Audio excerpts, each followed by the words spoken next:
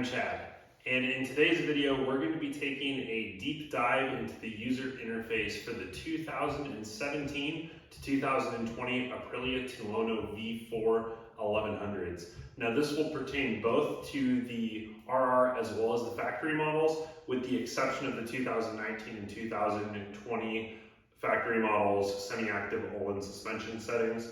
Being that my bike is a 2017, it does not have that stuff within the menu. So we're gonna skip over that, but for the intents and purposes of this video, everything else should be the same. If you're like I was, you're coming up to a Tuono V4, you might be coming from an older sport bike or super bike or naked bike, or just something that doesn't quite have the higher level electronic aids that the Tuono and some other more modern hyper nakeds and super bikes have. So there's a lot of buttons and switches on this thing that might be intimidating to use at first, but today I'm hoping to break down that barrier a little bit and show you exactly what they all do. So let's get started. So first things first, we need power. So we're gonna put the key in the ignition here, turn it on.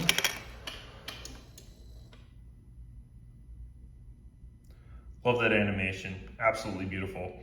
So just gonna start off with the dash here. There's a couple things we can get acquainted with. Every time you turn the bike on, it's got the little flashing ABS light, as well as this little guy right here that signifies, I think, just that you need to start the motorcycle or that the engine is not running.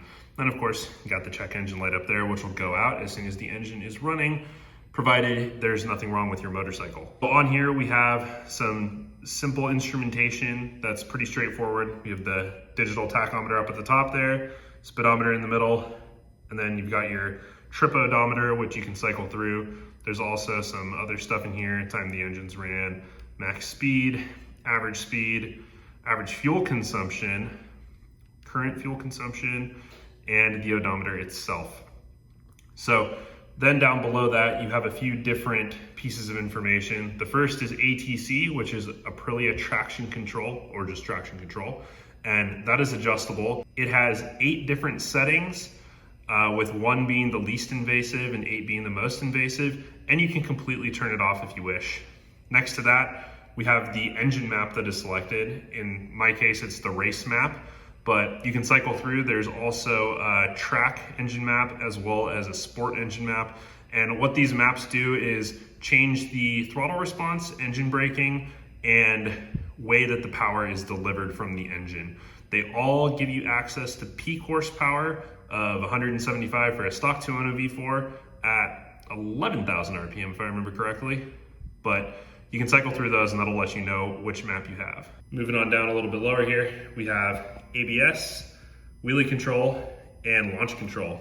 Each of those aids has 3 levels of intervention. Again, 1 being the lowest, 3 being the highest or most invasive. And you can adjust all of these with the joystick that's on the left bar, as well as go into the menu. So first, before we dive any deeper into the dash and menus themselves, let's take a look at the buttons and switches that are on this bike and get acquainted with those. Starting with the right handlebar switches, pretty straightforward, not too different from anything you might have seen on a motorcycle in the past. The only thing that's different for me is it's not a flip switch like on my Triumph Daytona 675R. It is a button. So that means that the engine is ready to start, and then that kills it if it's running or prevents it from starting. So simple in and out. When it's put in run, you hit this button down here, that starts the engine. So this button also, with the engine running, will allow you to cycle through your engine maps. You can press this in, it'll switch to the next engine map, and you can just cycle through them. And then to engage that map, you either start riding away or let it just sit at that one for a couple of seconds, or I've noticed that you can click the throttle forward, like so. So this is a ride-by-wire throttle, and as such, pretty snappy. There's an electronic wire that runs to the ECU and the throttle bodies and actuates them with an electric servo motor, and that's how that works. But the throttle on the Tuono clicks forward just a little bit, and you can do that to either cancel your cruise control, or you can do that to select your engine map if you're going through those as well. Now, moving over to the left switch panel, you can see there's a lot more buttons and switches on this one. So here we have the horn, obviously, and then this is the button to pair your phone if you have the Aprilia Multimedia System Edition, which my bike does not, as far as I'm aware. Then of course you have your indicators, so switch lanes left, press in to stop, or you can actually click it again to the side to get it to stop. So then right, see it flashing on the dash there, click it right again, stops. So that's a cool little trick that I noticed in the time that I've spent clicking the indicators. So now getting up above this, so this switch can actually do one of two things at any given time. This is the switch that you use for cruise control or for on-the-fly wheelie control. So that's something that you can adjust through the menu. I'll get to that in a couple minutes here, but just a simple switch, press it in, down, up.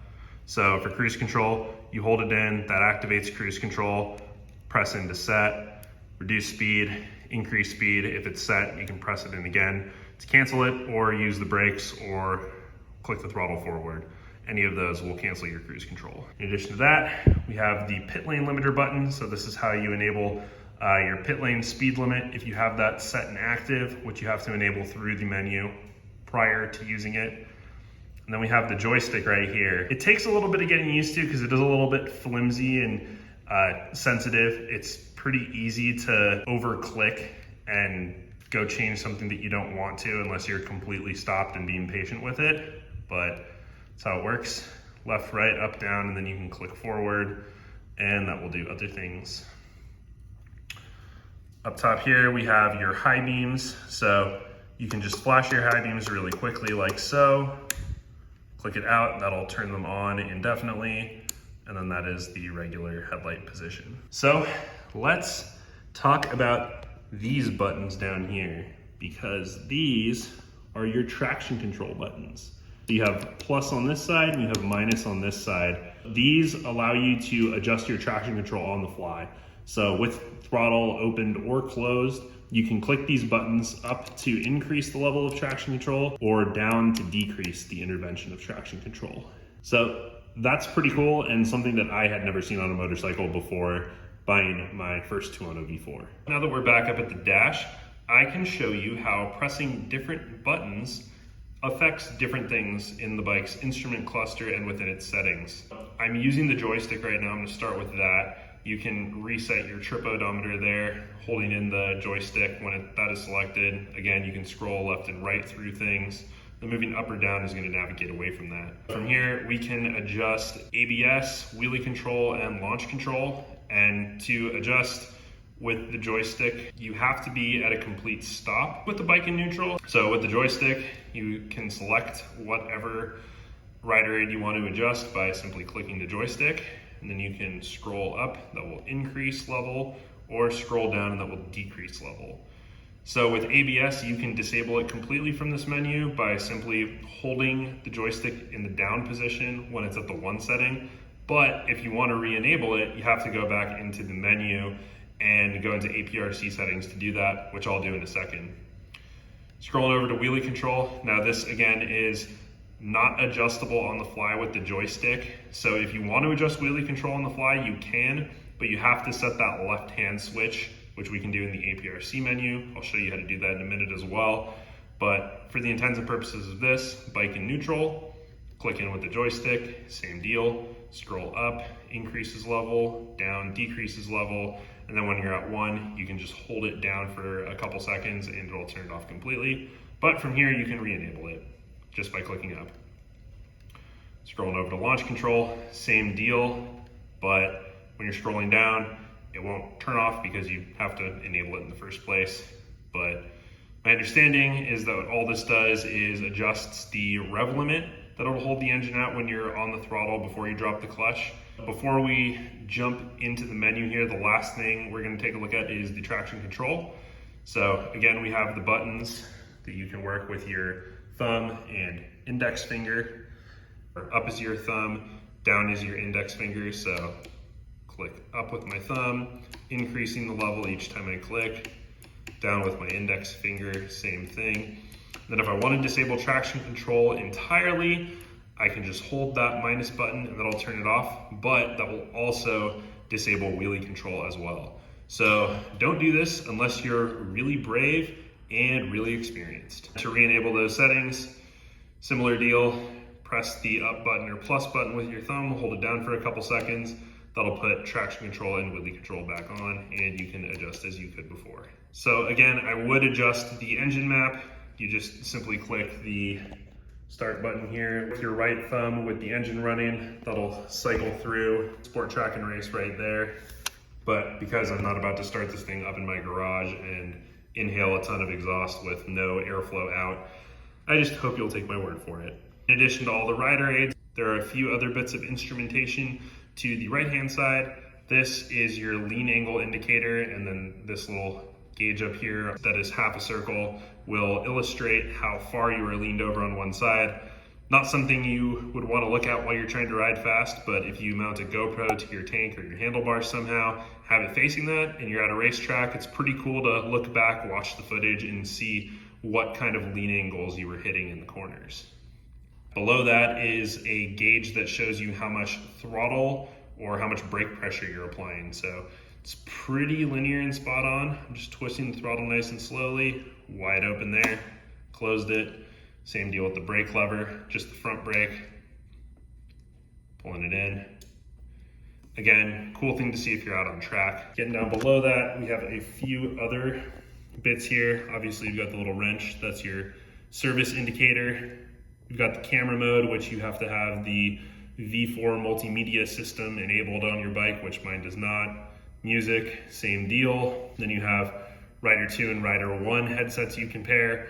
Again, don't have those features, so not something I can really speak to. Got the Bluetooth pairing symbol, it's my understanding. I believe that's for text messages. And then this is your indicator to let you know whether or not your auto blipper is functional. Basically just lets you know if Aprilia quick shift down or auto blipper is enabled and working. This right here, took me a little while to figure out what this was.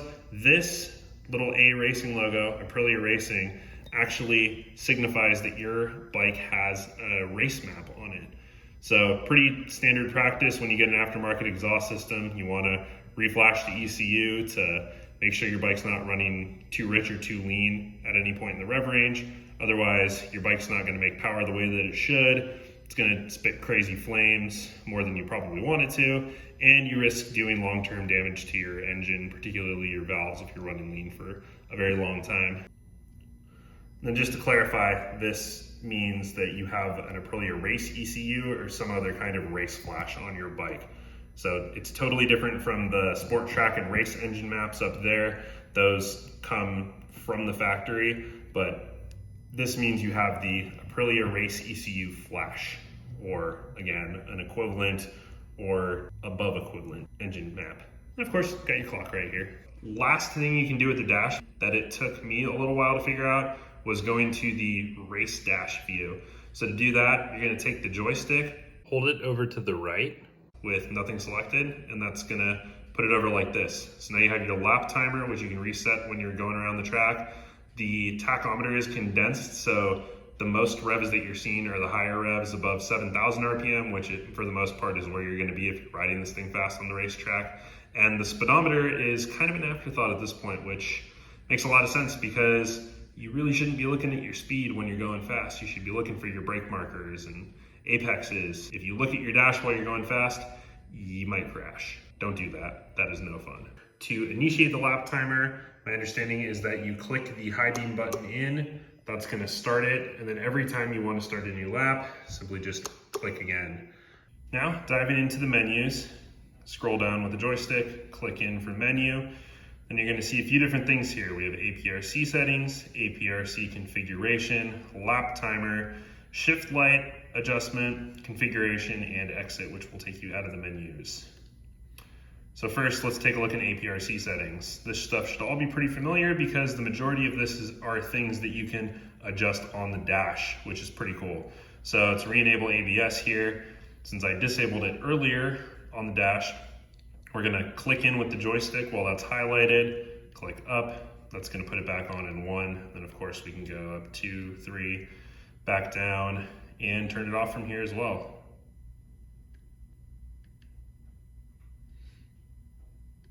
Then you can do the same thing with traction control, up, down, hold down at 1 for off, turns off wheelie control again, click up, hold up, turns it back on. Same deal with wheelie control, which again, can be disabled independently of traction control on the 2017 and up Tuono V4. Same deal with launch control. The one other setting this gives you access to is Aprilia Quick Shift Down, AQS, better known as Auto Blipper or Auto Blip. So you can turn this on and off, although I'm not really sure why you would want to turn off your Auto Blipper, but for whatever reason, if you didn't want to use it, it is there. But you can't disable Aprilia Quick Shift Up or Quick Shifter or whatever your standard nomenclature for that is. Aprilia's marketing team went pretty hard on this, as you can see. Going back to the menu, go into APRC configuration, and this gives you access to a couple other things, some a little redundant like the ABS here. You can simply turn that off altogether, just there or back on. Then you have the pit lane limiter, which you have to enable in the menu first or have enabled to be able to use the pit button and set your pit speed limit. Same deal, click in. Once it's red, you can adjust it, turn it on or off. If it's on, then you can scroll down and adjust your pit speed. But, fun fact, if pit control is off, you can't, it won't let you, even though you can highlight it, it won't let you adjust your pit speed. So if you're playing with that and can't figure out why your speed won't adjust, it's probably because you have that off. Exit out of there, that's gonna put us down at calibration. So what calibration does is it sets your bike up so that it can calibrate the wheel speed sensors. So you have 2 sensors on the wheels, one on the front wheel, it's this little disc right here, and then one on the back wheel by the brake rotor, this disc here.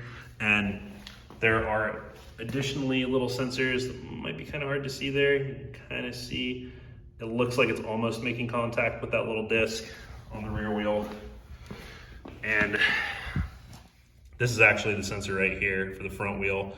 Kind of hard to get back there. But basically those 2 sensors measure the speeds of the wheels and enable all of the electronics to work. So when there's too much variance in speed between the front and the rear wheel, the bike knows that something is not right. And then obviously the adjustment and settings for your things like traction control and ABS will play into that. The lower the setting, the lower the level of intervention. So the higher the variance between those 2 wheel speeds can be before the bike's gonna do anything. This calibration mode allows you to set it. So if you get new tires, you can set this and then ride the bike at 25 miles an hour in 2nd gear while calibration mode is active for a few seconds, and then that'll let the bike take the data that it needs to recalibrate the system and make sure that it is reading the wheel speeds correctly. So if you just replaced your tires, highly recommend you do that. Otherwise your traction control and other electronics might act a little funky. And even just doing this as a course of habit once every 500 or 1,000 miles, I don't think is a bad idea either, as your tires will wear out a bit in that time. Moving back down here, we have the left-hand switch. This is how you change this guy right here to either a wheelie control or cruise control. Since I ride this bike on the street primarily and I don't really know how to wheelie, I leave it as cruise. But click in, scroll up, that will turn it to wheelie control. So then with this enabled or configured this way, you have wheelie control on the fly, which is really, really cool. So if you are out on track and you're coming up to the front straight and you want to just ride out a wheelie, you can hold this down from the 1 position or scroll down through whatever you want, and that'll enable you to either disable wheelie control or put it at a lower setting so that you can look like a hero. And then of course you just click it back up to re-enable it, turn it back on. Pretty cool little feature. Works similar to the traction control buttons again. And just being able to adjust that on the fly at the racetrack is really, really, really cool, if you ask me. So we'll go back, turn that back to cruise control, and now hold it in for cruise. To enable it, a little green light will show up on the dash right here, which it won't do while the engine isn't running. But you've probably seen that flickering light in my videos and thought it might be my turn signal. That is actually the cruise control setting. The turn signal indicator lights are up here and up here. It'll flash when cruise control is enabled but not set, and then it'll remain solid green when it is set. So then going back into the menu, scrolling down here, this is how you pair your phone or other Bluetooth devices if you have the V4 MP adapter hooked up to your bike. Again, mine does not, so nothing's gonna happen if I click those, except it's going to put something up on my screen that won't go away until I turn the bike off, and I don't want that. So back up at the menu here, going down to lap timer, go in there. This will show you your lap times if you use that lap timer that I showed you how to enable earlier on the dash. It'll take other factors into consideration, give you other data too. So the lap number, the lap time, the max lean angle that you achieved, the maximum speed that you hit, and the maximum braking pressure that you used. So pretty cool little statistics here if you are riding this thing out on track. Then you can click left with the joystick, that'll get you out of there, and reset everything by clicking reset. Yes. Now all my lap times that weren't even there in the first place are gone. So the next thing we have here is the shift light set point. Totally adjustable again, it goes up in increments of 100 RPM. So the way that this works is this sets the maximum shift light point. So if you have watched my other videos, and if you haven't, I recommend going and taking a look.